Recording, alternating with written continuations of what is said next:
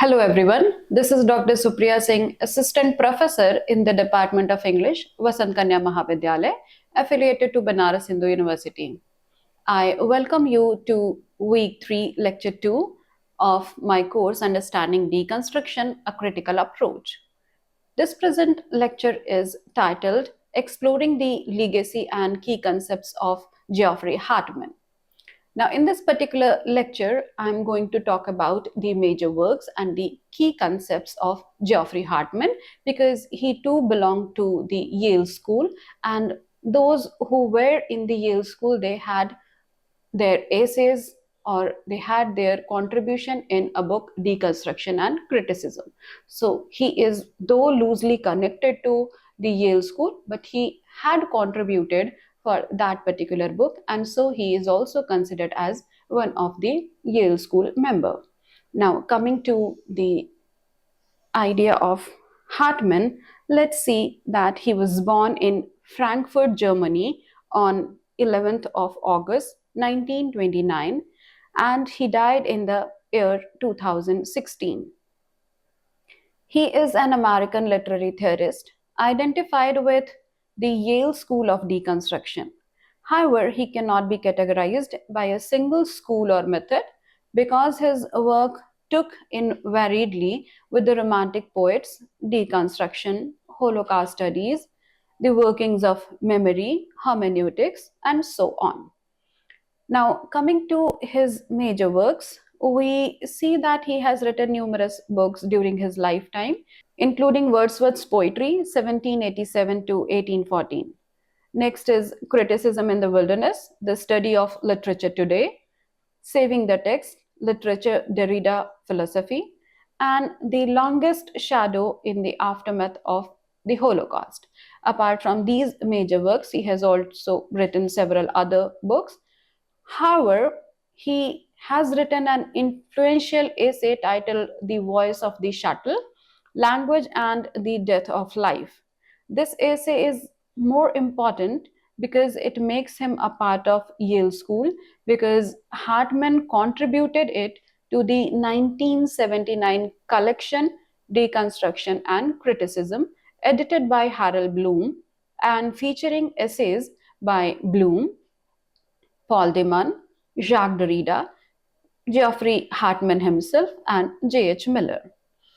Now, let's see that he is often associated with deconstruction, especially because he was part of the famous school alongside Paul Deman, Derrida, Bloom, and Miller.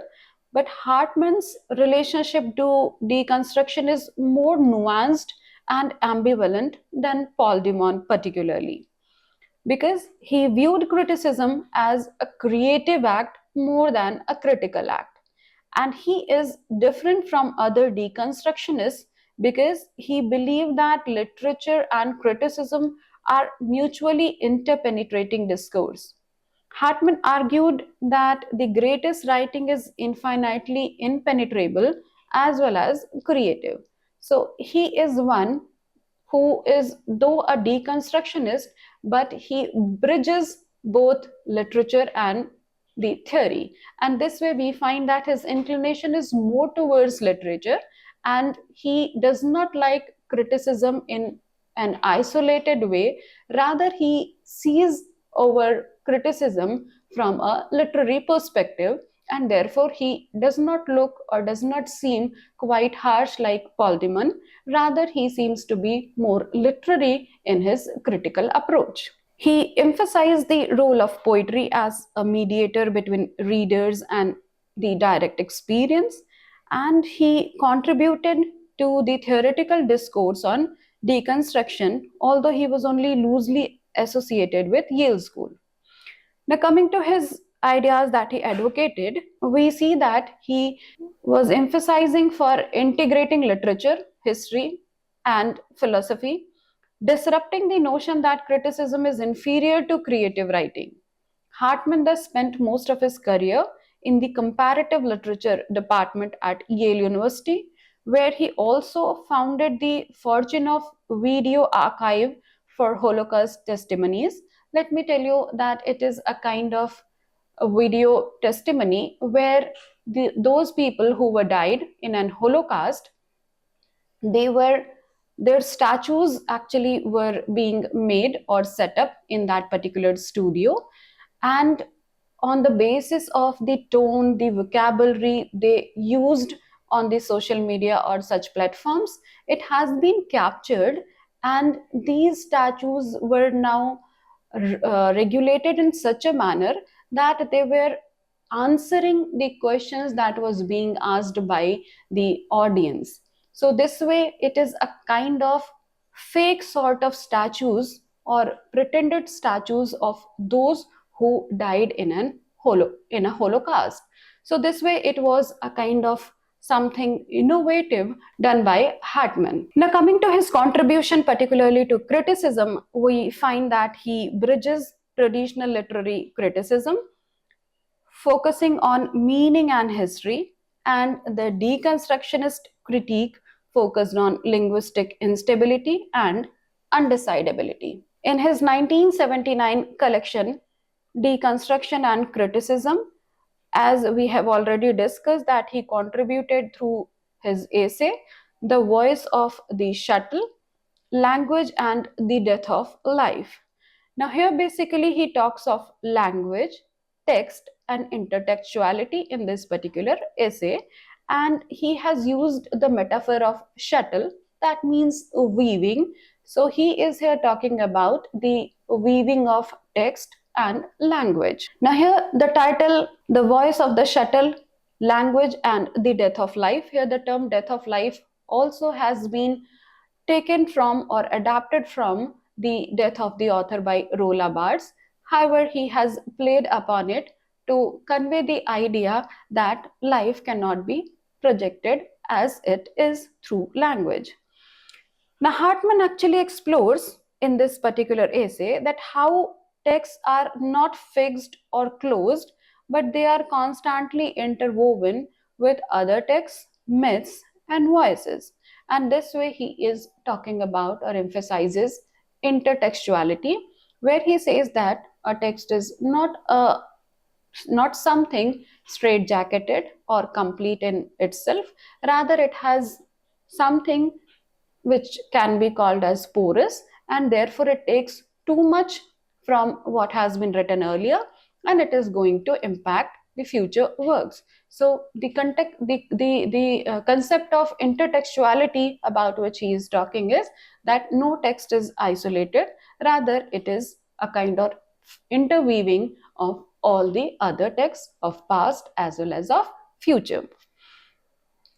Now, through this way, he shows that how literature is a web of echoes and references, challenging any idea of pure or original meaning. He introduces the idea of the death of life in order to convey that meaning replaces lived experiential reality in modern criticism.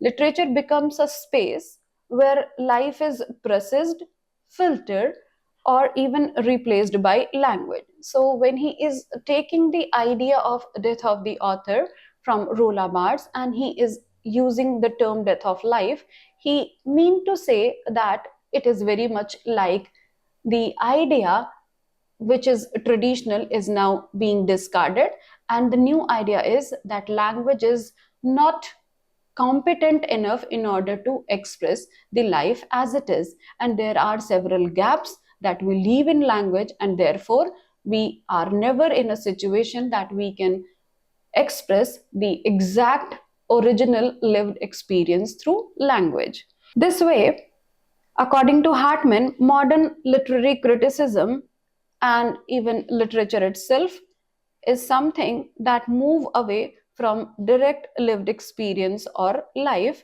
and into a world of text about text. So this way we move about text from text, we move about in textuality, and no text or not this process of textuality is ever giving us the exact version of life. Instead of capturing the raw, messy, emotional reality of living, writing and criticism often becomes self referential, circulating inside language, analyzing signs, structures, and forms. So life has so much of messy things in itself, but when we come to language, when we come to text, we find that there are interplay of meanings, there are signs, there are structures, and therefore they are quite separated entity. Life dies because experience is no longer the center. Text replaces it completely. So Hartman's worry is that literature and criticism no longer mediate experience but replace experience. We are trapped inside language, always interpreting interpretations, reading readings without touching real emotion or lived reality. It's part fascination, part anxiety. He admires deep reading, but he also fears that it cuts us off from real feeling, nature, and existence. This also touches on anxieties about representation and mediation. Is literature a way of assessing life, or does it replace life? Now, another idea that he is propagating is language is an autonomous force. Hartman suggests that language, especially in poetry, can take on a life of its own, independent of the speaker or intention. He is particularly interested in the voice in poetry, not just as expression, but as something ghostly, echoing, and often unstable.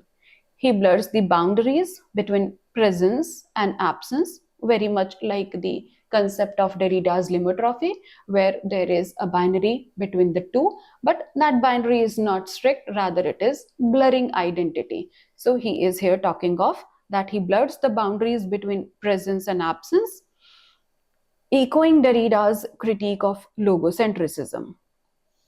Now, coming to another important slide where we are discussing the important or pivotal works. So, the very first work or the important work is Wordsworth's poetry, 1787 to 1814. Here, in this particular work, he has done with various romantic poets, particularly, he has dealt with Wordsworth, and he has mediated upon how language is something that fails to express life completely, as well as he has given several examples in order to make the idea clear that how this nature is vast, it is ineffable, and how language is limited.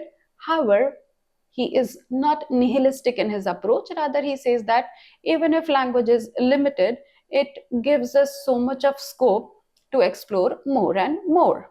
Now, discussing about the various key ideas that has been propagated by Hartman in this particular book is poetry as a recovery of experience. Here, Hartman shows that for Wordsworth, poetry isn't just storytelling or emotional release, rather, it is a serious attempt to recover and preserve a fleeting experience, especially childhood and nature memories. So, poetry compensates for the loss of immediacy over time. Apart from this, poetry is also a mediator between self and the world. Wordsworth's imagination is a key. It is something that mediates between self and the world, mind and the nature. Hartman this way argues that imagination doesn't create reality but heals the division between human consciousness and the external world. So, here basically in this particular book, he is trying to give an idea that though language is incomplete and it is incapable to create reality, but somehow it is able to mediate between the self and the world. Now, he is also talking of second nature. Here he says that as Wordsworth grows, memory and reflection replace direct sensory experience. Hartman calls this the second nature, a world made of memories, habits, and imaginative acts rather than the raw experiences. The idea is that when we grow, naturally we are not able to, at that particular point of time, capture the experiences, the sensory experiences that was in our past. And therefore, language somehow manages to recreate the experience through memories, habits, and imaginative acts. And this way, he is talking of poetry as that it has second nature because it is reviving, it is re-establishing things through memory. Now, apart from this, Hartman points out that Wordsworth, by focusing so much on recollection and the limits of memory, is also reflecting on language itself. How can language capture what is no longer immediately present?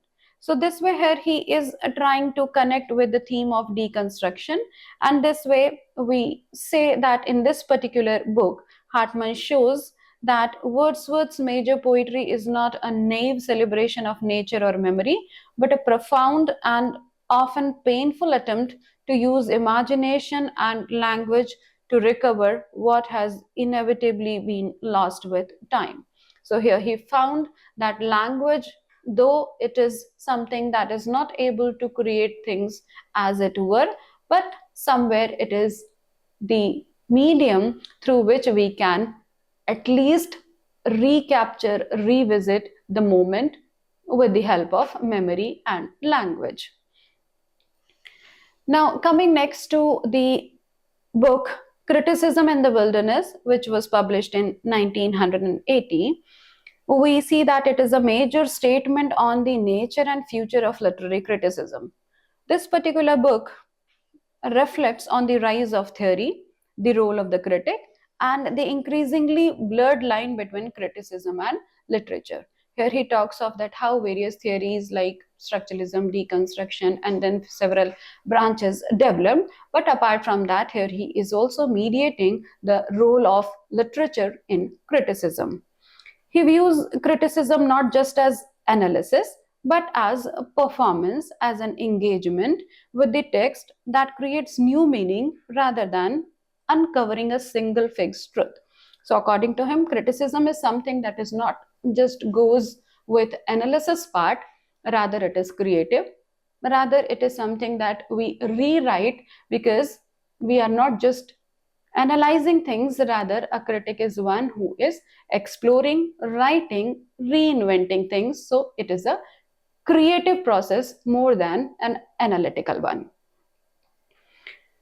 Now, coming to the next slide, we see that there are several ideas, major ideas given by Hartman, and they are scattered in several of his books, though we have dealt only with some of the major works of Hartman, but we see that his major ideas are scattered in almost all the books, and that we are going to capture in a flow. So here basically Hartman critically engages with rise of theory, as I had just talked about, structuralism, post-structuralism, psychoanalysis, Marxism, etc.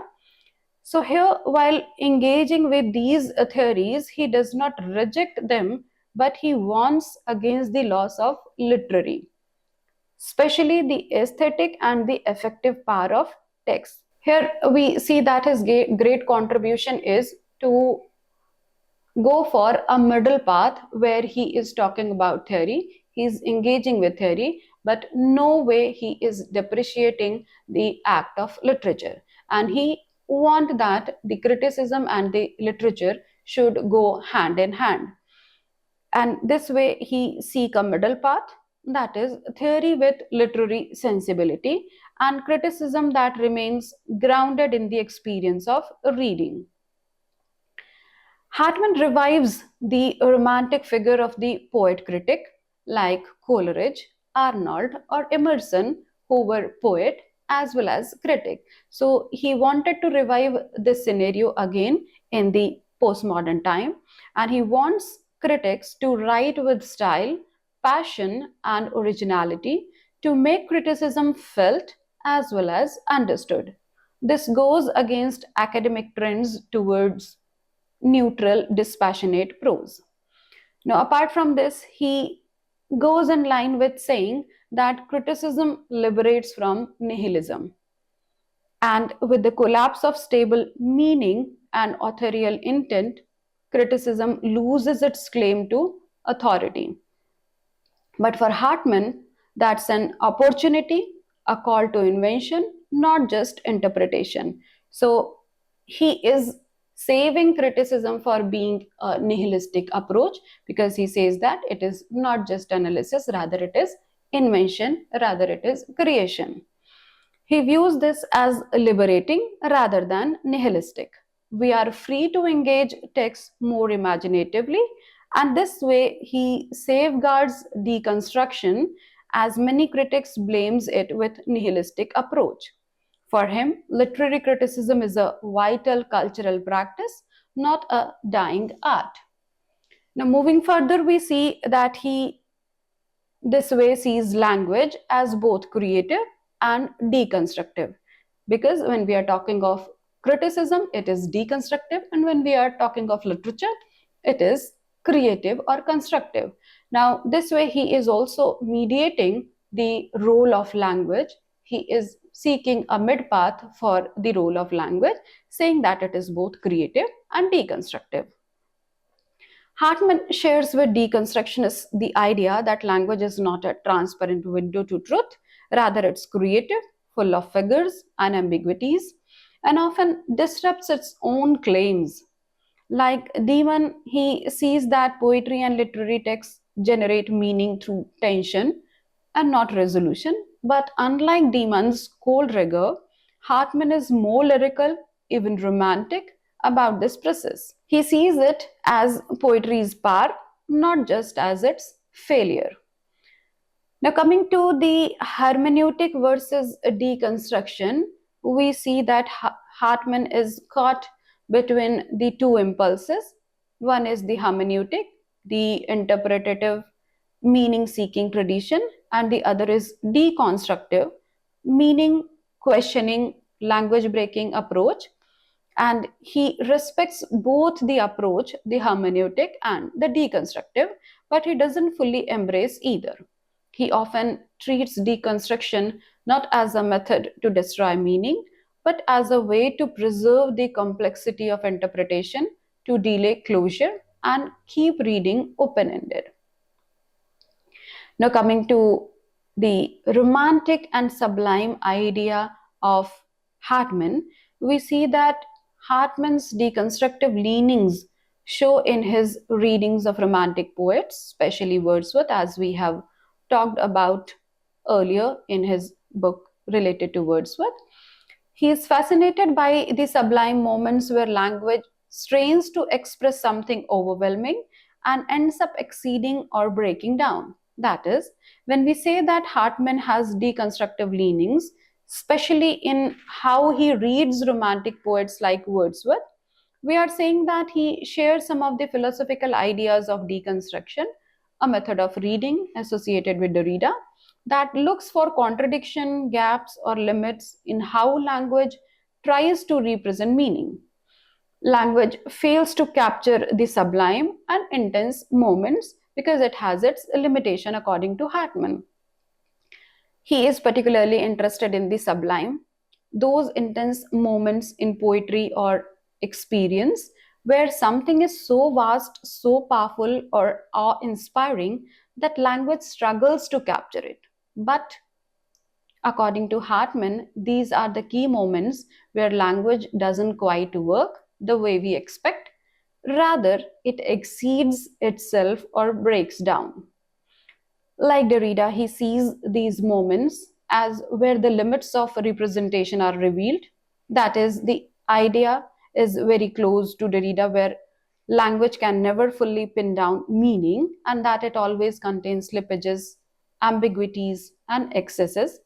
So, when a poet like Wordsworth tries to express a sublime experience, Hartman pays close attention to the way language starts to falter or to overflow. He sees this not as failure, but as something revealing and even beautiful.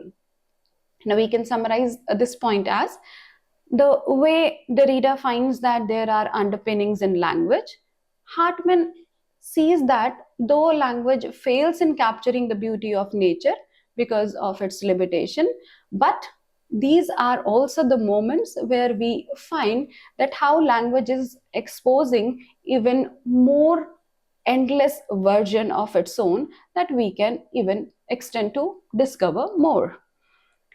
Now, but again, we are here to compare Hartman and Demon, and we see that unlike Demon, Hartman doesn't see this as pure negativity. He sees this particular failure of language as a mysterious poetic excess where language brushing against the ineffable. It is not just negativity, whereas Hartman, while differs from Paul Demon, he emphasizes this failure of language as a kind of not a nihilism or negativity. Rather, he sees something poetic and mysterious in it.